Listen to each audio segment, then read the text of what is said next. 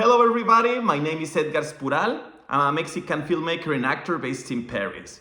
And today I'm gonna tell you a little bit about how my experience to come to do cinema in Paris has changed my way of working. I hadn't found myself in my country as an actor. I really wanted to do Mexican cinema. And it's still kind of my dream. But I just wasn't sure about me being able to be the actor that I wanted to be.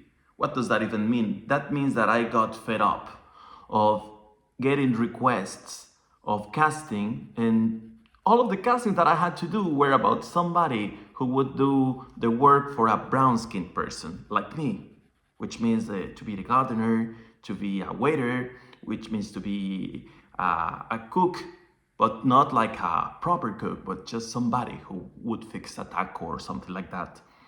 And of course, there's nothing wrong with that. Actually, I can find a lot of interesting roles where they portray these characters in such an interesting way. But the problem of all this was that, oh God, it was a racist thing. So I got fed up a little bit about it, and I thought, well, why don't I go to France? Maybe they are going to appreciate my background, they are gonna love my talent, and they are gonna see me for the person I am, and they somehow did. But it wasn't that simple. So I moved to Paris, first of all, because I wanted to study a master's degree in filmmaking. I'm an actor, and I wanted to start creating my own characters, since I realized that in my country, I had only the occasion of getting hired to portray some macho dude who had a brown skin job and stuff like that. Well, then I thought, well, let's give it a try. Let's create my own characters. Let's do something that I really want to tell. Let's embody these characters that talk about sexuality and gender identity, and let's just do it. Let's do it the way I feel it. But not only telling my own story, but to tell somebody else's story. To create my own stories based on my life and some people that I knew, and then to portray them, to incarnate them myself. Oh my gosh, that's still my dream, and I somehow have done it. But the thing is that that's what actually moved me. The fact of telling myself, yeah, go for it. Go to France. They're gonna love your roots. They're gonna be really open to your culture, to the way you write films. They're gonna find it interesting. And I was in a whole mistake. Oh my gosh. It was a big mistake. And I'm gonna tell you why. So, I learned how to write screenplays the way we write theater, which means to have a structure.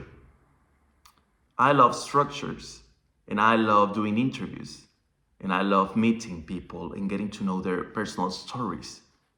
Of course, I love writing about myself. I always write about myself, but I find it more interesting when I got the occasion of hiding myself when telling somebody else's story. And so I thought, oh yeah, I want to talk about this. I want to talk about how I'm a Mexican dude who has always wanted to live in a foreign country, and somehow he hasn't even been able to accomplish his dreams, not even outside his own country. And so I started writing this script, which is called The Route to Icarus. And it was so tough. It was so tough because I was always thinking of tension, structure. How am I gonna make this character move from A to B, and from B to C, and from C to D, and so on? How does he react to the problems? How does he behave when his mother finds out that he is probably a homosexual? Is he going to be respectful or not? What did he live when he was a child? What was his background? Oh my gosh, and I'm so used to writing solid backgrounds on my characters. I love backgrounds. Even when you just say one word, when you just say, I don't know what to do. In that moment, you can also feel and see in their eyes, in the eyes of the actor, what he actually wants to say. Maybe he doesn't know how to open up his heart, or maybe when he says that he doesn't know how to send an email, that means that he's not able to speak up for his rights. So once I found out that was my way of telling stories, and once I found out that the French were not into it, oh my gosh, it was a really tough nut to crack. It was a process for me. So let me tell you how the French of my class write. They like writing. They write. And they don't ask themselves if it's good or if it's bad. They just have to do the work of writing. And then after that, they share it. And some people say, oh, maybe for us to understand this, you should add this, or you should remove this. But structure doesn't take a great part of the work, and building attention structure doesn't take an actual part of the work of screenwriting for them. That was obviously for me really confusing. Confusing because I thought, like, how can I write about a character if I don't know him? I cannot do that. And some people can say, oh yeah, because you can find him through the writing, and I understand that, but why? Like, why, if I can have a base before, why do I have to write and just let myself flow with it? I couldn't do it. So they would always say that I don't free myself. And they are probably right. but I try my best, and I can say that I have learned some things from that. So that was for me the first cultural shock, the first artistic shock, the way they write scripts. Trust me, it's a really different process. And then it was this part of superiority, the French feel very proud of their own cinema, and they have good reason to feel that way.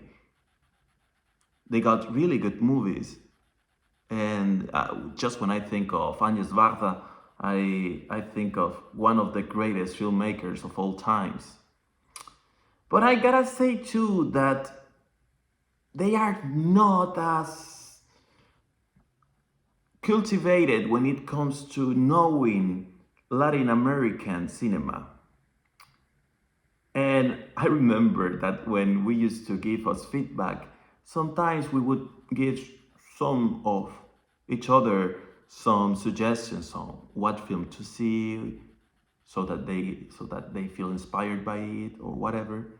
And I would all the time suggest movies from Hollywood and from Mexico and from other countries, and they would always say, yeah, but they never watched them. I didn't understand why. So I remember that one time I was hanging out with my best friend. From the master's degree, and I told him after watching a movie with him, this movie relates a lot. It looks a lot like Sueño en Otro Idioma. You should watch this movie. This movie is great. And it's a Mexican movie, and I think he was already fed up about me always telling him, oh, you should see this Mexican movie, you should see this one, whatever. And so I told him, you should see this movie. And he started laughing. He was feeling so confident that day with me, and I think he thought that I wasn't gonna judge him. And he said, oh, what, Edgar, what am I gonna learn from a Mexican movie? Telenovelas? And I thought, oh my gosh, no way. You cannot say that. Really? You think that Mexican films are telenovelas? First of all, dude, like, telenovelas were a great thing in the 80s and in the 90s. especially Mexican telenovelas. Then we got the Colombian telenovelas, who have also been a boom in the world. The Turkish ones, they're good too. The Brazilian ones too. Oh my gosh, like, how can you even criticize telenovelas? And then, second of all, dude, like, what's wrong with you? Like, Mexican cinema is not telenovelas. Mexican cinema is much more than that. I understood that the French didn't see Latin American movies as interesting. Not because they wouldn't find them interesting when they watch them at the movies. They believe that the way they make films is better than us. And trust me, that's not okay. And that's not okay because in the end, we're all human beings. We're all capable of making great films. No matter where you're from, no matter how old you are, you know, it doesn't have to do with a nationality. So I remind this friend of mine about Jean-Michel Frodon, who is a French cinema critic.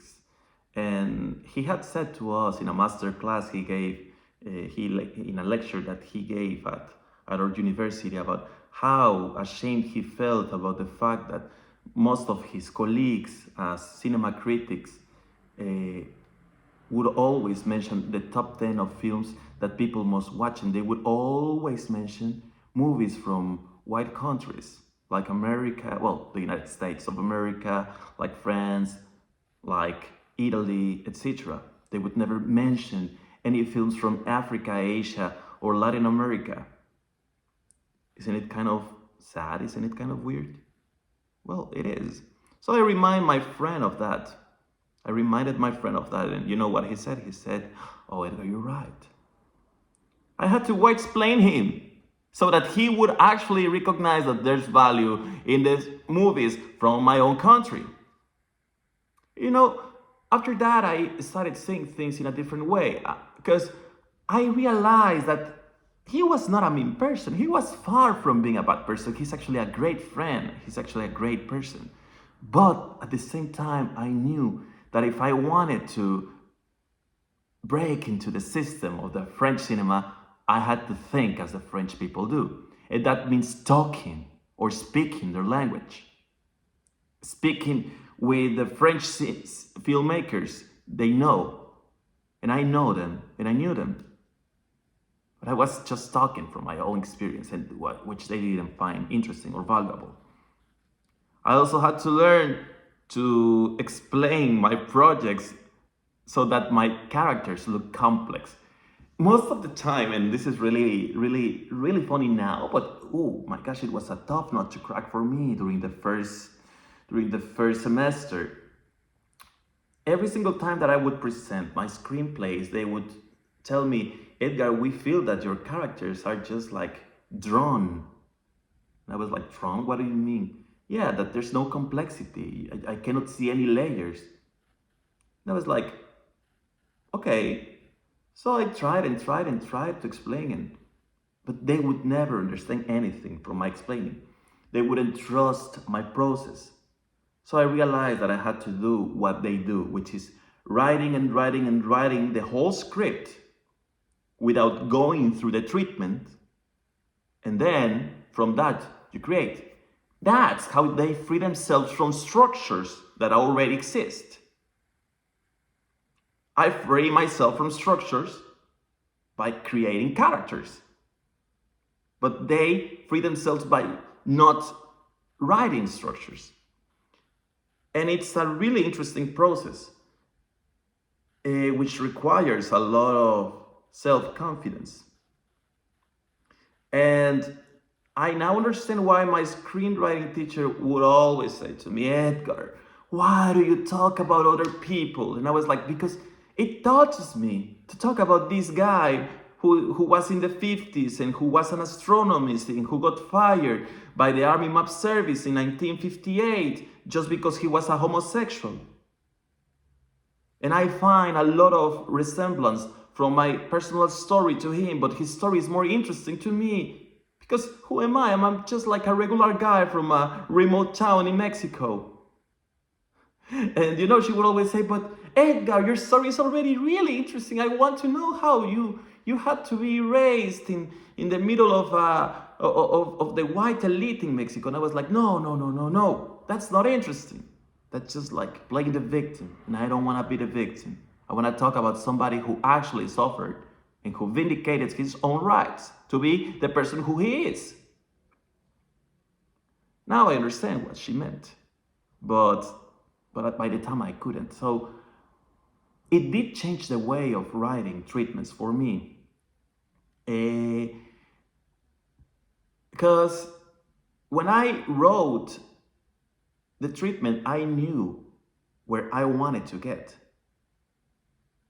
But this time, when I was writing the screenplay, it was different because I started writing details that in other moments I would have never dared writing. What does that even mean?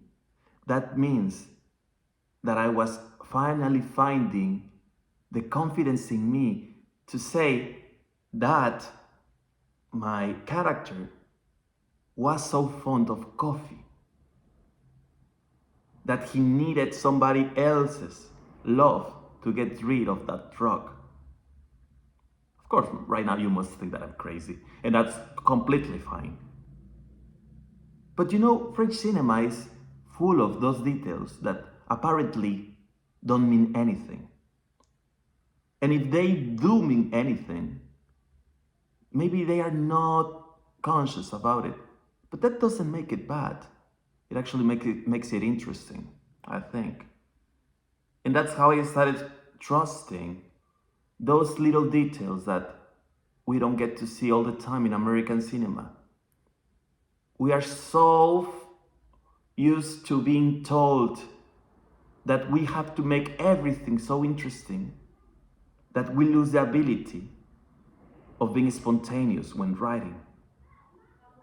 So that's one of the things that I actually think the French system of writing screenplays, that they helped me find again that confidence that details that apparently don't matter at all do matter, because that explains, that just shows the way you believe, the way you think, the way you see the world, and it's beautiful.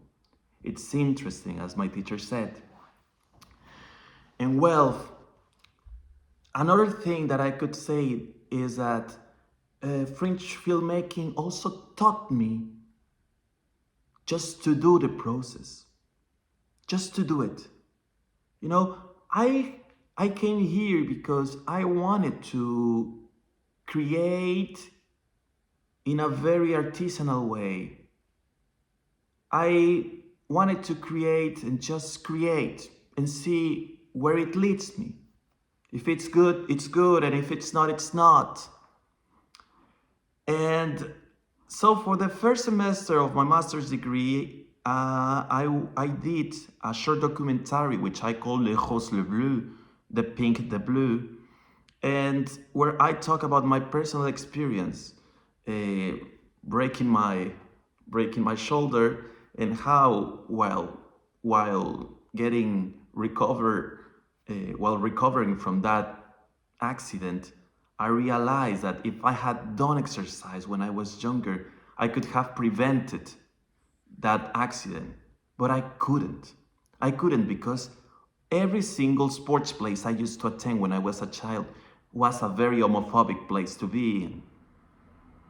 So when I first presented the pitch deck of this project, the producer said that it was interesting and she wanted to know more about it. So I started just taking pictures. I just started shooting stuff. I contacted also, and I did an interview of 2 soccer players who are part of a LGBTQ plus team soccer in Mexico, which are called Club Mushes. And while doing all of that, the producer asked me to show her my images and all of the videos that I had taken. And so we started creating, with her feedback, slowly the film until I got a final version. And trust me, it was a really interesting experience to do that. Because I had no money at all. And yet, I was able to do something that I feel proud about. A film that I had the occasion to screen at the Pompidou Center, also who has been selected in some film festivals.